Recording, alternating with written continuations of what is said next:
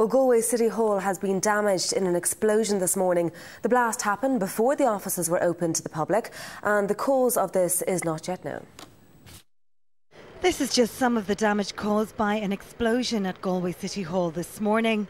Windows and doors were blown out in the blast, which happened shortly before 8 o'clock in the finance department on the ground floor. Fortunately, only a small number of employees were in the building at the time and no one was injured. It was a bit of a shock. It was a big boom and everything shook, just blinked and went off, and then just heard the glass. So we came out, we thought it was minimal enough just around the back, and when we came around the side here we just saw half the offices were gone. The emergency services were alerted and the building was evacuated. About 5 to 8 we got a call to a suspected explosion, and as you can see from the damage behind me, there has been a certain amount of localised damage. The cause of the explosion has not yet been established. The area will remain cordoned off for the day and the City Council building will remain closed until further notice. Galway City Council are carrying out their own internal investigation. 3 other investigations are now also underway by the Gardaí, Fire Service and the Health and Safety Authority in an effort to determine what may have caused today's explosion.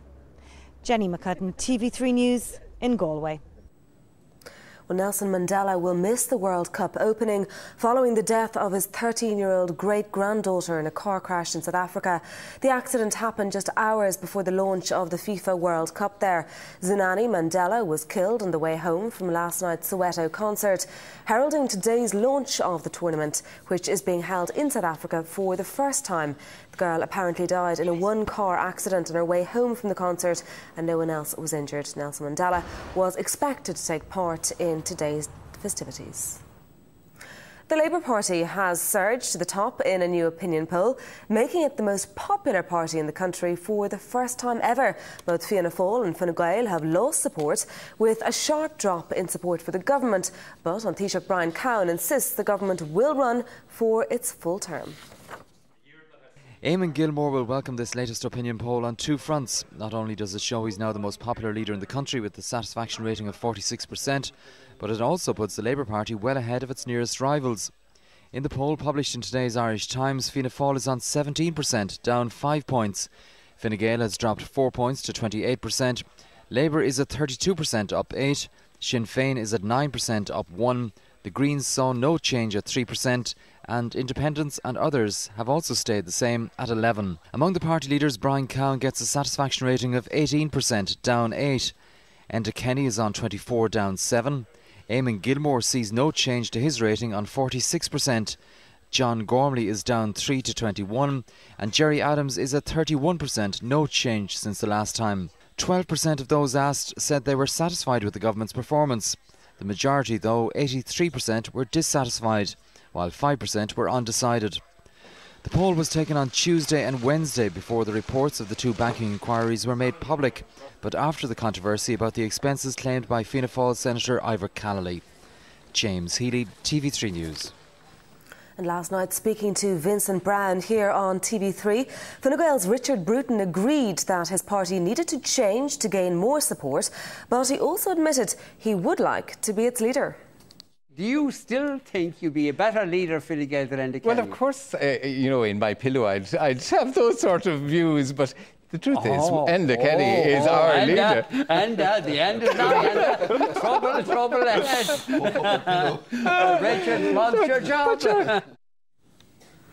An exam supervisor has been suspended for tweeting while overseeing a leaving certificate exam. The postgraduate student was found to have sent Twitter updates from his phone while supervising the English paper earlier this week. The incident took place at the Institute of Education on Leeson Street in Dublin.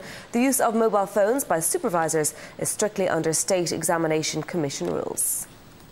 The Croke Park pay deal could receive a significant boost today. The results of a ballot of members of the country's 2 largest public sector unions will be announced later on. Both SIPTU and Impact are expected to back the deal. The public sector cutbacks announced in last December's budget sparked an angry reaction from unions and led some to embark on a campaign of industrial action of the type seen at the Passport Office earlier this year. Acceptance of the Croke Park deal would go a long way towards stabilising industrial relations in the public sector. But the draft agreement, which guarantees no pay cuts for 4 years in return for major reforms, has been a controversial one, and members of 2 teaching unions, the TUI and the ASTI, were among those to reject it. But the membership of Impact and SIP2 combined amounts to almost half of the Public Services Committee votes, and if both unions vote in favour of the deal, it should be enough to get it across the line. It would also afford the government the opportunity to transform the public sector, which up until now has been difficult to do. Geraldine Lina, TV3 News. The 2 men behind the report on the banking crisis are appearing before the Oireachtas Joint Committee on Finance.